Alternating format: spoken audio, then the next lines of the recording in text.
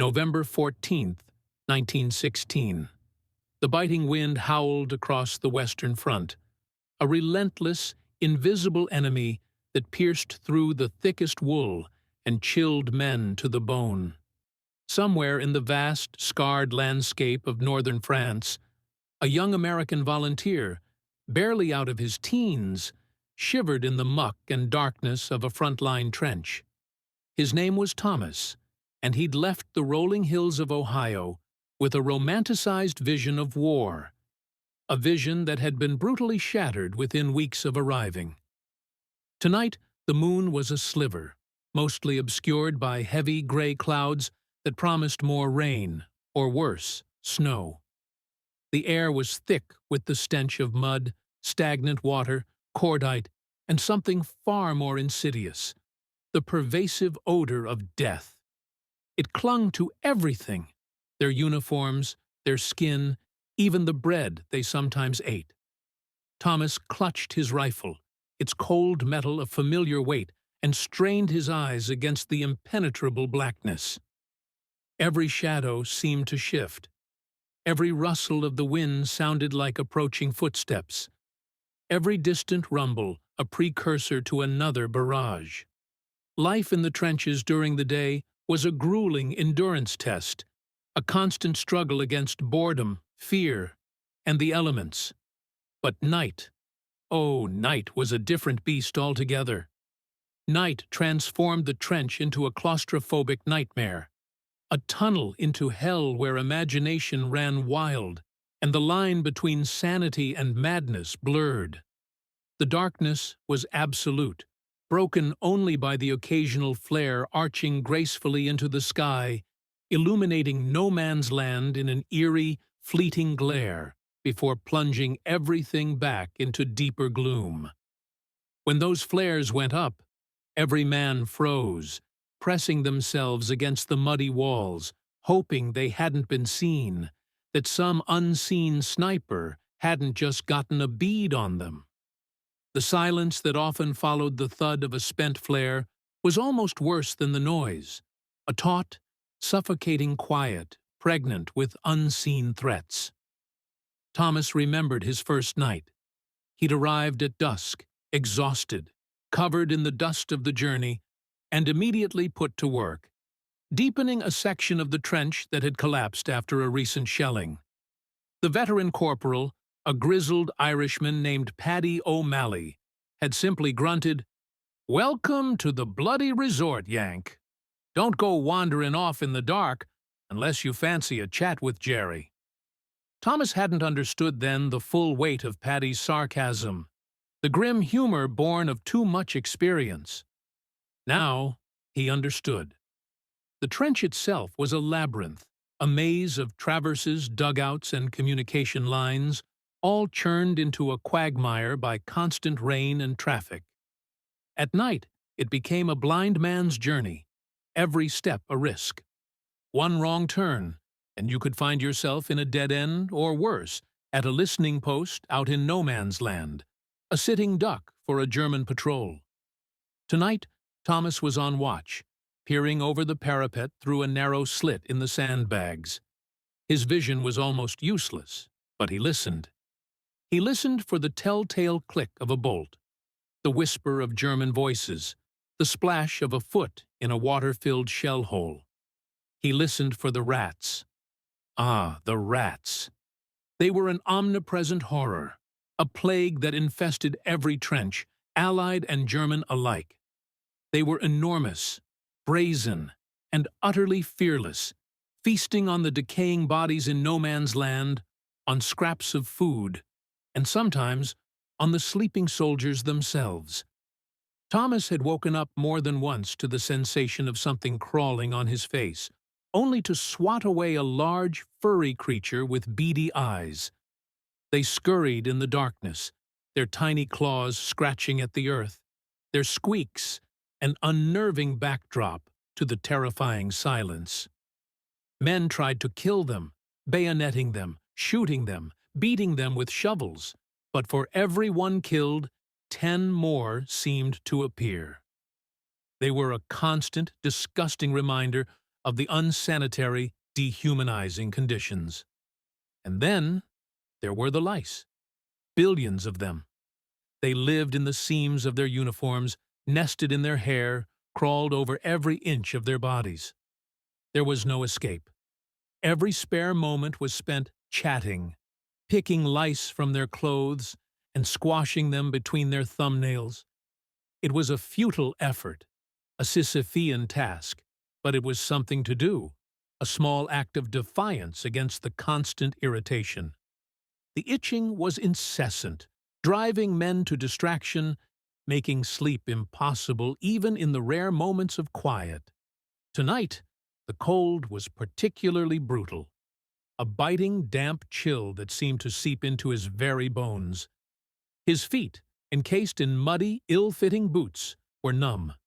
Trench foot was a constant threat, a gruesome condition caused by prolonged exposure to cold, wet, and unsanitary conditions. It started with numbness, then swelling, then agonizing pain, and if left untreated, could lead to gangrene and amputation.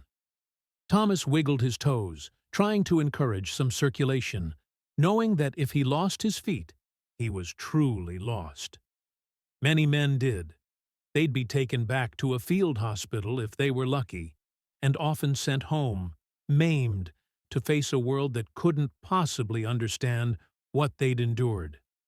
Sleep, for those not on watch, was a precarious affair. Men huddled together for warmth, often standing upright, leaning against the trench wall, or crammed into small, damp dugouts. These dugouts, carved into the earth, offered a fragile illusion of safety, but they were hardly comfortable. They were often leaky, crowded, and infested with rats and lice. The constant threat of shelling meant that deep sleep was a luxury no one could afford. Every distant boom, every whistle of an incoming shell, could mean instant death. The mind was always on high alert, even when the body screamed for rest. Thomas remembered a story Paddy had told him. A new recruit, fresh from England, had fallen asleep leaning against the trench wall during a lull in the fighting. A rat, bolder than most, had gnawed off a piece of his earlobe before he woke up screaming. Paddy had finished the story with a grim chuckle. Learned his lesson, he did. Never sleep too sound in this bloody place. The fear wasn't just of the enemy, it was also of the unseen, the unexpected. Snipers were a constant menace, their bullets whizzing past with a terrifying crack, sometimes finding their mark in the slightest exposure. But worse was the shelling. Artillery bombardments were indiscriminate, terrifying.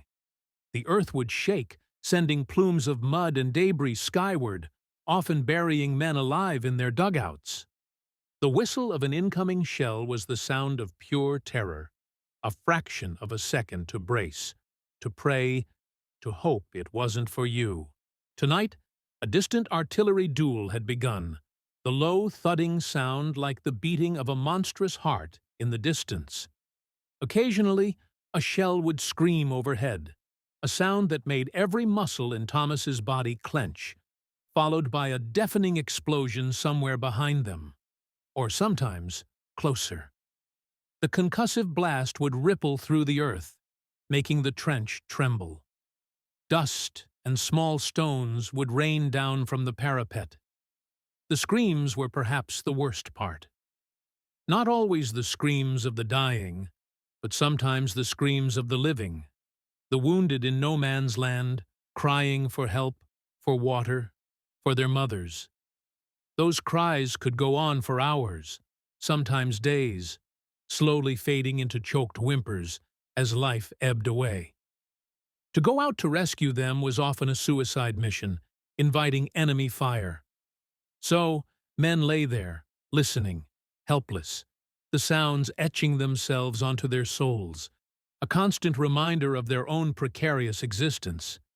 Just a few nights ago, a young private named Charlie, no older than Thomas, had been hit by shrapnel during a sudden German barrage. He'd fallen, screaming, into the mud, his leg mangled. Thomas had been nearby, had heard his cries. He and Paddy had managed to pull him into a relatively safe spot, but the medic was overwhelmed. Charlie bled out slowly, his cries turning to desperate pleas, then to gasping moans, before finally falling silent just as dawn broke. Thomas had helped carry his body to the rear, the weight of the young man's lifeless form heavy in his arms. The image of his terrified, pain-racked face burned into his memory. The mud. Oh God, the mud. It was everywhere, an adversary as formidable as the Germans. It was a thick, viscous, clinging entity that swallowed men, equipment, and hope. It permeated everything, seeped into their very bones. It was impossible to stay clean, impossible to stay dry. The trench floor was often a knee-deep river of putrid slime, churned by endless foot traffic, mixed with blood, excrement, and the occasional body part. Men could drown in it, literally. Thomas had seen it happen, a weary soldier losing his footing, falling face first into the mire, too exhausted or too weak to pull himself out, suffocating in the gray, stinking goo. Tonight, the drizzle had started again, a fine, cold mist that quickly turned the trench into a slippery, treacherous path. The mud squelched underfoot, making every movement a deliberate, tiring effort. His uniform was heavy with it, a constant, unpleasant weight. The smell, already pervasive, intensified with the dampness. Then there was the constant presence of the dead. In many sections of the front, bodies lay unburied in no man's land for weeks, sometimes months, caught on the barbed wire, slowly decomposing, their presence a grim monument to the futility of it all. Even within the trenches themselves, sometimes there wasn't time or opportunity to properly bury comrades. Makeshift graves, often shallow and quickly dug, were common. The ground itself seemed saturated with the remnants of humanity. One particular smell Thomas could never forget was that of chlorine gas. Though less common now than in the early days of the war, the fear of a gas attack was a constant undercurrent. A sudden change in wind direction, a strange smell, and panic could erupt. Every man had his gas mask, a crude, uncomfortable contraption, but donning it in time, effectively, in the dark, under fire, was another matter entirely. The thought of gas, a silent, choking killer, was a terror that burrowed deep into the subconscious. As the night wore on, Thomas found himself slipping into a trance-like state, a peculiar mix of heightened awareness and profound exhaustion. His thoughts drifted to home, his mother's warm kitchen, the smell of baking bread, the laughter of his younger sister. He remembered the innocent joy of a summer's day, fishing in the creek behind his house. These memories were precious, fiercely guarded treasures, the only things that kept the bleak reality of the trench from consuming him entirely. But even these memories were tainted by the awareness that he might never experience them again. The shift change eventually came, a blessed relief. Another weary, mud-caked soldier took his place at the firing step. Thomas stumbled back to the dugout, a small, cramped hole in the earth he shared with 3 other men. Paddy was already there, snoring lightly, curled up against the muddy wall. Thomas squeezed into his spot, trying to find a position that would offer some semblance of comfort. He shivered, pulling his greatcoat tighter around him, but the cold seeped in. He closed his eyes, but sleep wouldn't come easily.